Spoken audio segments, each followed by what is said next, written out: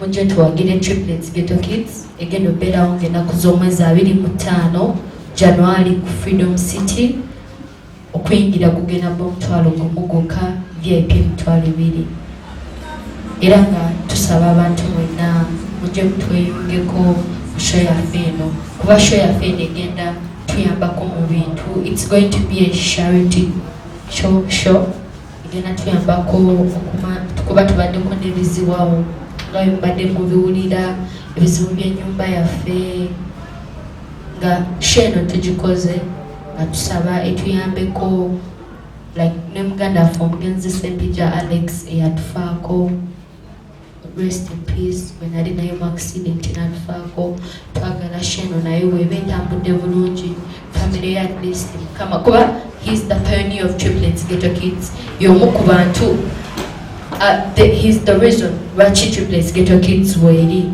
tubadde tetulina kitusobola muwa kubaye mukama yamutujja ku maaso naye ate tukyasobola oyamba family ye nti Sheno weeba entambudde bulungi at least akasente kenda akanavaamu akatono twagala tuzimbireko mama we neweziba rooms 2 zokka webati tubenga naye tuddizaako family because we can't forget him ate naye nga ye omuntu tetulina kyetusobola muwa kuba mukama yamutujja ku maaso naye nga tubebaza mwena okubanga media houses zonna eziri wano eno ezasobodde owulira omulanga gwaffe nezisobola okujja netubeera ffenna olunaku olwaleero era nga nsaba mukama aliwo omukisa n'olunaku luli nga 25 abantu basobole okujja mu bungi ba artist mwenna tubasaba mwenna ba artist b'e Uganda batubeererewo batuyambeko artist olina waba tasobodde kujja atuyamba atupostingireko akoole bafaani batulisi bajje batuwagire kuba ffe tuli baana bato we are the young generation in this industry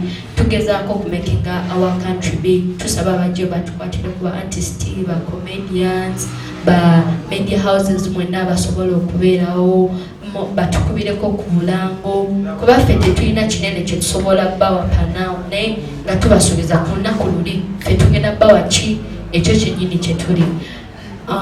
Mwebale nnyo badde nsaba Kazindalo Nkaweeko manager teacher naye atukulira ebisingawo.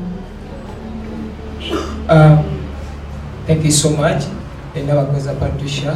Basibo ne banyabo abali wano nakolero media houses mwenna abaliwo bloggers abantu abenjawulo abali ku Facebook ezenjawulo personalities mwenna asanyusa okubalaba. Mwebale kukkiriza ne tubayita ene mu bujja mu bungi mwebale nnyo mwebale eddala. Omukwano gwe mutulaze era ne gwa mwatulaga okuvanga abaana bano bato okutuuka wano bali mwebale nnyo mwebale eddala. Triplets Ghetto Kids erimu abaana 30 then gatinayo abaana abalala 20 abali outside that is outreach betukola betuyambako ekitonotono ku school fees oluusi ne ku bitabo bwebityo. So bemulaba wano abaliwo beba performers ba dancers then wali abalala nga bo tebazina naye nga bebali mu Ghetto Kids. Omulamwa gwa Sheno gwakubeera nga twetereza 2019 tebadde nnyo nnungi okusaidi yaffe nga tukoze Sheno tugikoze mu bwangu naye nga twagala district nga tweterezaamuko nga tufunamu akasente ak'enjawulo okuyamba nga Patricia wagambye ku omugenzi Alex. Omugenzi Alex nze yansobozesa okumitinga omukulu Eddie Kenzo mu 2010 yazina amazina agatusobozesa ntubanga omukwano gwaffe ne tufuuka family ne omukulu Eddie Kenzo. So tulina omujjukire nnyo tetulina kyetusobola kukola wabula okubaako n'akantu akatono ketusobola okukolera famire ye netubadde singa balina webateeka oluba. Then nyongerezaako nti Sheno abantu bangi bavuddeyo nga batugamba mukole show muteekere show mukoleyo kino ekintu bwe kitya list omuntu tasobola kukwata sente nazikuwa bubi okugjako nga alina list kyagenda okufunamu at the end of the day. Netugamba kateeke Sheno nti omuntu waba azze nga agira nga ayamba then n'amala ate naye n'afunamu ng'anyumiddwa. So mu bintu bino bitutuma back to school mujje tuwagire Ghetto Kids nti abaana baddayo ku masomero omwe ewiiki ejja ate si baba banyumiddwamu ate nga bawagidde kati kola abazadde mwenna abalina abaana n'abatalina mwenna olunaku lwa 25 Freedom City mujje muwagire Ghetto Kids, mujje muwagira abaana bano tube nga tusobola okwendereza ebizibu bye tubaddemu. Nebaza nnyo management ya Freedom City kubanga yatuwadde ekifo ne batugamba tusasule sente za maintenance ezigenda okulabira abakozi ku sheno kye batuwadde, ne batugamba nti nno mugende mukole ki, mujje mukole show. Bebaza nnyo, bebaliza ddala n'abantu kinoomu ab'enjawulo abatuyambyeko okulaba nga sheno genda mu maaso. Mwebale nnyo, mwebalire ddala. Nebaza abayimbi abahonalinze invitation yaffe n'okusaba kwe twabasabye, mwenna mwebale nnyo, mwebalire ddala. Abamu batandise opostinga nala bamanyi bagenda kwegatta ku mugendo guno. Mbadde nsaba era abayimbi mwenna aba Uganda, bacomedian, abantu bonna alina kyakola mu music industry ya Uganda, mbasaba mutukwatireko mweno week tusobole okulaba nga tulanga sheno tuginyigize mu bantu. Kuba kijja kuba kya buswavu era kya nnaku nnyo nga tutaddeyo show ate naye takola. Tujja fuuka ekyokusekererwa, tujja fuuka ekyogerwako buli omu. Ala kibalumi nga mugamba kale senga nakikoze, senga nataddeyo, osanga abaana bagizi bandibandize. Kati nsaba abayimbi mwenna, ba comedian, ba artist, mutwegatteko mweno week. Mwite bafaani bammwe bajje batubeereyo ku lunaku ku Freedom City ennaku z'omwezi 25 tube nga tukikwasaganya tugende mu maaso. Bagamba nti okuyamba kuba mutima tebuba bugagga, kyoba olinawo kisobola okisobola mu bw'omuntu. Kandi emu bwekoleza endala eno kandi ekolezezza ejja sigala ng'eryoke, kandi emu esobola okukoleza kando nga 10 n'okusoba z'oba olina. So kitegeeza nti bw'ofunako akatono kosobola okuddiza Ghetto Kids, oba buli mu industry buli omu yeetaaga ki? Yeetaaga munne. So mbasaba mwenna betwatuukiridde abayimbi ebitasobodde kutuukirira, betwatadde ku posta nga oluusi twakubye amasimu ne butagafuna mu budde, tubasaba mutusonyiwe naye nga twalabedde nti no industry tuli ba mukwano, buli muntu mukwano gwa munne, tulina okweyamba fekka mu industry. Sigenda kusuubu kids ekintu kino ngenda kyogera mu mawulire kubanga simwebazangako. Wembule twali tugenda ebweru w'eggwanga nga twetaaga tiketi, nayinawo emmotoka Ipsum nga gye tulinanga aba Ghetto Kids, naye nga Wembule yali akagula emmotoka ye RAV4. Ne mugamba nsaba onnyambe nfune tiketi tugenda ebweru. Wembule n'aŋŋamba sina kye nsobola kuwa okuggyako okutunda emmotoka. Abavubuka omanyi emmotoka engeri gy'oba ogyagalamu nga wakagigula. Ne Wembule yakwata n'atunda emmotoka, n'aŋŋamba emmotoka yiyo ne kadi yiyo, genda otunde emmotoka eyo ofunemu ssente. Twatunda emmotoka ne tufuna ssente ne tugenda ebweru mu awards za African Entertainment Awards. Wembule webale nnyo ogondaga omutima ogwo.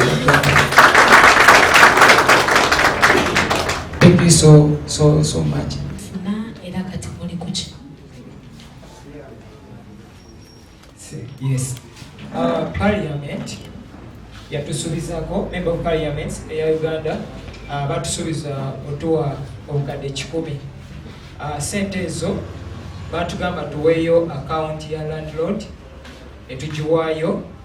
So kati tulinze batugambye nti sente bakoze ki, bazadde. So essaawa eno sinamanya oba bazitaddeyo oba tebannabakola ki kuziteekayo kuba landlord akyaliyo mu nju. So ndowooza wana bavuddemu tujjamanya oba kyemmanyi bayinza otukubira okuva mu Parliament ne batugamba nti sente zagenze ku account, naye nga bye batugamba byonna twabikola ne account number eya landlord twajja okuba bagamba sente zigenda direct ku account ye. Yes, okujja ku mpozi 29 ya sobola okukoma ndowooza lwekyo bwe kiri. Kale kanyumirezeko ekya 20% nti landlord of recent yabaddeyo waka n'aŋŋamba nti 20% yeetaagamuko miliyoni za 20 zajja otusaba mu ezo ssente tajja kwongerako. So awo wetuli ku kyenju. Towagira triplets Ghetto Kids naye nga tasobola kujja, nga asobola maybe omutwalo ogwo ogutuwa oba n'okweyongerako. Tulina enamba gye tugenda okuteeka ku Facebook, social media zaffe. basobola okuba nga mobile money basobola okuteekako n'account number nga basobola okuteekako ssente tube nga tuyisaako ssente mweyo engeri yonna. And then tutegese show emu olw'obufunda bwaki bw'ensawo. Tetusobola teeka shows za njawulo nti bw'olaba nti ekifo oba kituyambyeko so n'okulanga nti tulanga titujasobola bulungi. So show eri emu yokka ya Freedom City, buli muntu tusaba atuwagirire awo era wabajja. Nnyo buli muntu abuzizza ekibuzo badde nsaba ebibuzo bikoma wano eno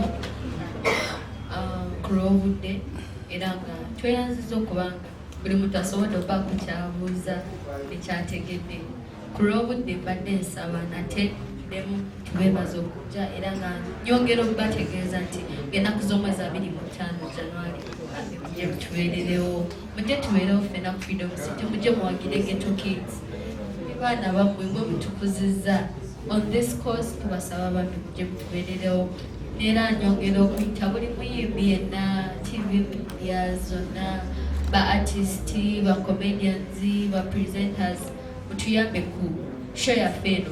Tugira mu nnaku zokka zino ezisigadde ntono esobole okuba nga bantu bangi abagitegeerako era basobole okujja otuwagira. Mwebale nnyo, mwebalirira. Bakiseka tujja, then ab'omu ino namwe tujja, then n'abantu ab'enjawulo ab'omu kikuubo n'eyo mu office tugenda kujja at least tutunde ku ticket. So bwe tuba tuyiseeyo tusaba mutuwagire. Baadde baŋŋamba nti adisi beetagayoko ku tables tujja giteeka ku ssente tonotono ndowooza $50 n'akakadde kamu okusinziira ku kufunayo omuntu. Tweyanziza nnyo tweyanzeege. Mwebale nnyo mwebale ddala mwenna abaddewo olunaku olwaleero. Mukama Katonda nsaba abazeeyo bulungi alina esho yaffe ekole bulungi ku olwo olunaku abakuume nga muli balamu 2020 ebeerere yassa. Thank you so